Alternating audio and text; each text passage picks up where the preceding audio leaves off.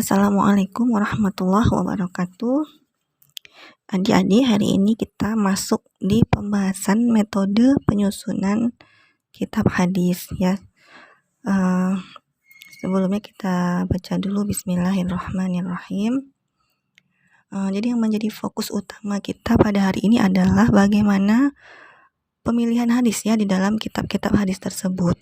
Jadi metodenya adalah bagaimana metode memilih hadisnya, kemudian bagaimana hadis-hadis tersebut disusun ya secara sistematis di dalam kitab. Nah, jadi para ulama setelah mengumpulkan hadis ya, kemudian mereka ingin mewariskan ilmu mereka ya lewat tulisan-tulisan mereka dalam menyebarkan hadis-hadis Nabi ya. Lalu apa urgensi mengetahui metode penyusunan kitab hadis ini ya? Yang pertama adalah supaya kita dapat mengkaji hadis ya sesuai dengan apa yang dibutuhkan. Misalnya kalian ingin membuat pengajian hadis gitu ya. Hadis-hadis fikih, berarti yang dipakai kitab apa? Oh, bisa kitab Sunan, bisa kitab Muwatta gitu ya. Atau misalnya kalian perlu hadis tentang akidah, itu dalam kitab apa? Ya, bisa dalam kitab Jami gitu. Jadi masing-masing itu nanti terpulang lagi kepada metode-metode kitab yang sudah ada ya. Atau misalnya kita mau lihat hadisnya Siti Aisyah semua, nah itu kita berarti butuh kitab yang metode musnad gitu ya. Kemudian dapat mengetahui berbagai upaya ulama dalam memelihara hadis-hadis Nabi. Nah, jadi kan ulama ya sejak zaman dahulu itu menganggap hadis itu sangatlah penting ya, karena di dalamnya terkandung warisan Nabi. Nah, jadi ulama itu sudah memelihara hadis dalam bentuk menyusun kitab-kitab hadis dengan berbagai metode. Nah, kemudian yang ketiga adalah dapat menjadi bukti bahwasanya hadis itu adalah asli ya dari Rasulullah Shallallahu Alaihi Wasallam. Jadi tidak diragukan lagi, dia bisa menjadi sumber ajaran agama Islam gitu. Metode yang pertama itu adalah metode musannaf ya. Musannaf itu jamaknya musannafat ya. Nah, hadis-hadis di dalamnya ini disusun berdasarkan bab-bab fikih. Nah, di dalamnya itu ada hadis marfu, hadis mauquf, dan juga hadis maqtu. Nah, ini contoh musannaf ya, salah satu musannaf yaitu musannaf Ibni Abi Syaibah. Nah, ini tersusun dari kitab taharat ya, kita azan, iqamah, sholat. Nah, jadi ini kitabnya di dalamnya itu ada hadis-hadis yang sesuai dengan tema-temanya. Yang kedua adalah metode musnad, atau kalau kita jamak namanya masanid gitu ya. Nah, dengan metode musnad ini hadis-hadis di dalamnya itu dikumpulkan berdasarkan siapakah perawi yang tertingginya atau rawi a'lanya ya, yaitu dari kalangan para sahabat-sahabat Nabi. Dan babnya itu kan diberi nama dengan nama sahabat Nabi tersebut ya, yang hadisnya itu dikumpulkan berdasarkan nama beliau. Nah, kemudian urutan-urutan nama sahabatnya itu ya, dia itu disusun berdasarkan keutamaan gitu. Jadi diawali dengan 10 orang sahabat yang dijamin masuk surga dulu, seperti Abu Bakar, kemudian Umar bin Khattab, ya, Utsman bin Affan, Ali bin Abi Thalib, dan seterusnya ya, dengan keutamaan mereka ya. Nah, ini contohnya adalah musnad Imam Al-Humaidi. Nah, ini bisa kita lihat di sini ada hadis Abu Bakar As-Siddiq ya, sampai seterusnya ya. Yang ketiga, metode Muwatta.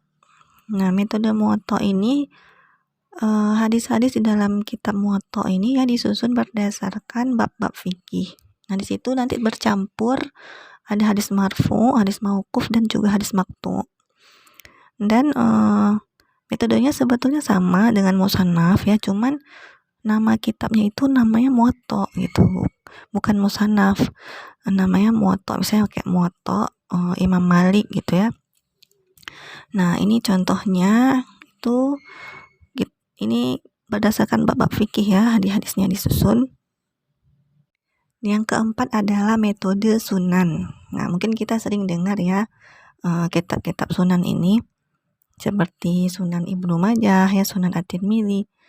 Nah, kalau metode sunan itu hadis-hadis yang dikumpulkan juga berdasarkan bab-bab fikih dan memuat hadis marfu, mauquf dan maqtu'.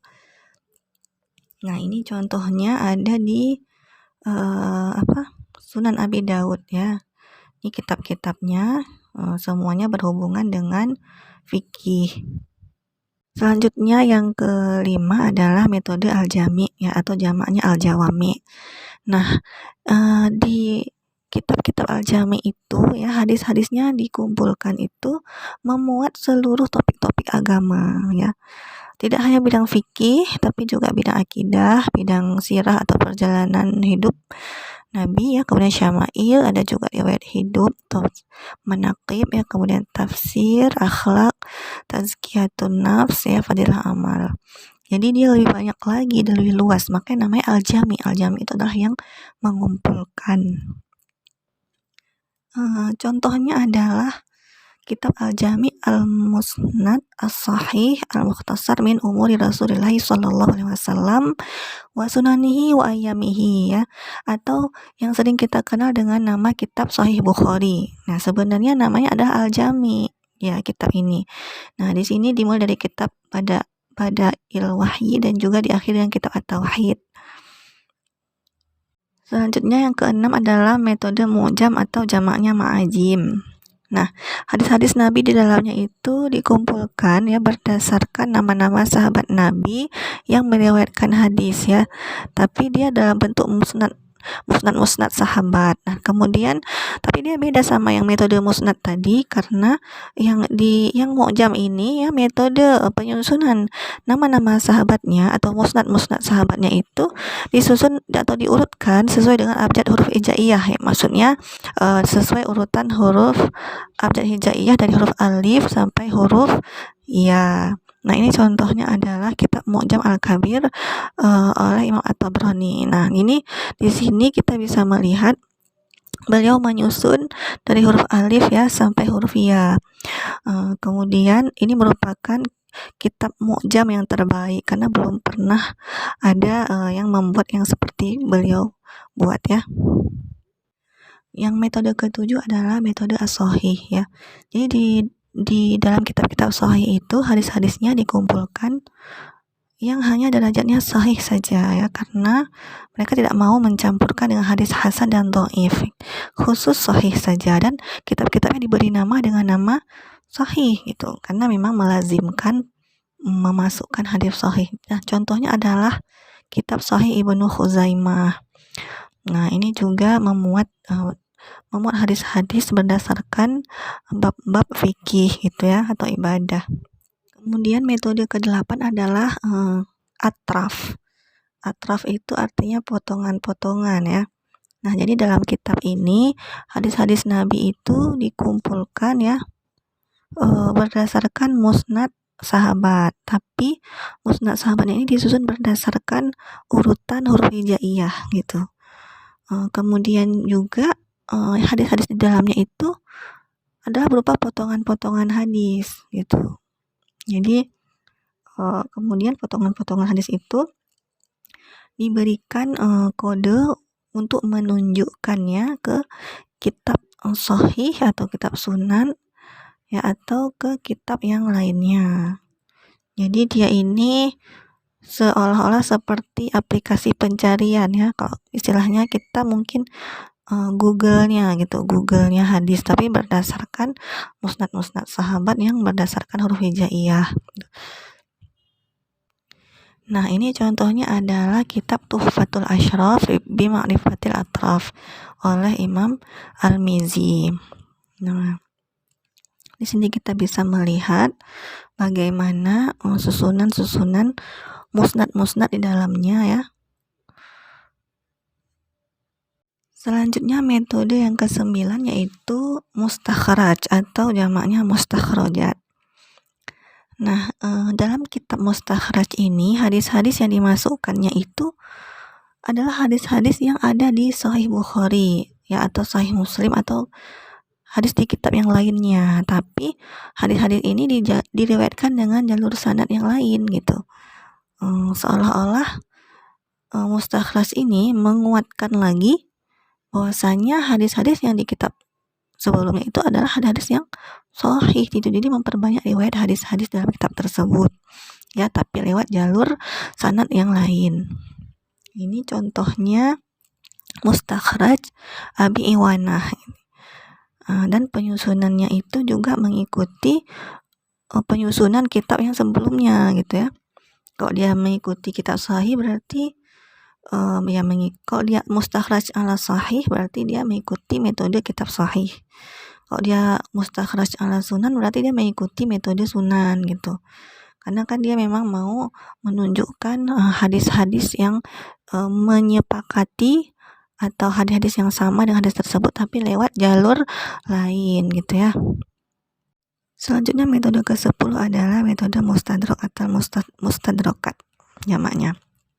Ini adalah hadis-hadis dikumpulkan ya, hadis-hadis sahih dikumpulkan atas syarat Imam Bukhari dan Muslim, tapi mereka tidak memasukkan hadis-hadis ini ke dalam sahih-sahih mereka ya, karena kan memang Imam Bukhari maunya meringkas hadis-hadis sahihnya, jadi nggak semua hadis-hadis sahihnya dimasukkan. Nah, Mustadrak Hakim ini memasukkan hadis-hadis yang nggak dimasukkan ke Bukhari dan Muslim ya, karena supaya hadis-hadis itu jangan ada yang hilang atau tercecer. Jadi kalau seandainya dia memang sahih dengan syarat sahih Bukhari dan sahih Muslim ya dimasukkan saja ke Mustadrak gitu.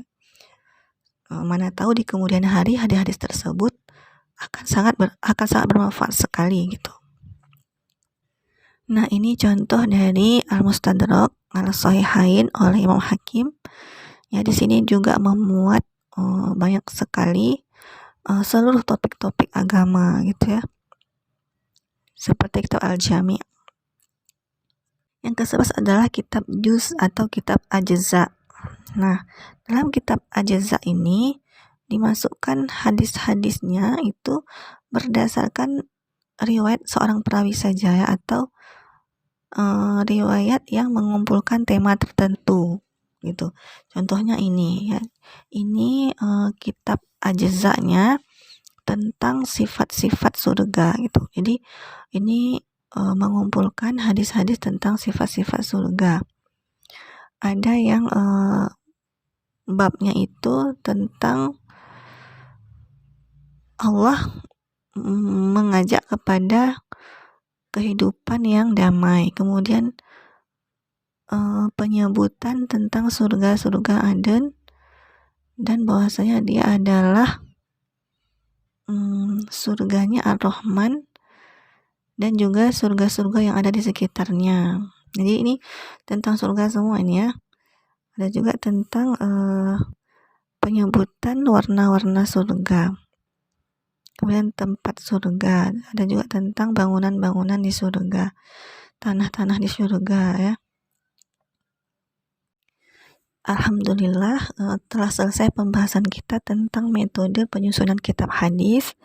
Semoga menambah rasa penasaran adik-adik semua ya, dan antusiasnya kepada kitab-kitab hadis ya, dan juga pembelajaran hadis selanjutnya. Dan puji dan syukur kita panjatkan kepada Allah yang telah memelihara sumber agama kita ya sedemikian rupa melalui penyusunan kitab-kitab hadis Nabi ya. Demikian adik-adik semuanya, terima kasih atas perhatiannya. Billahi taufiq wal hidayah. Wassalamualaikum warahmatullahi wabarakatuh.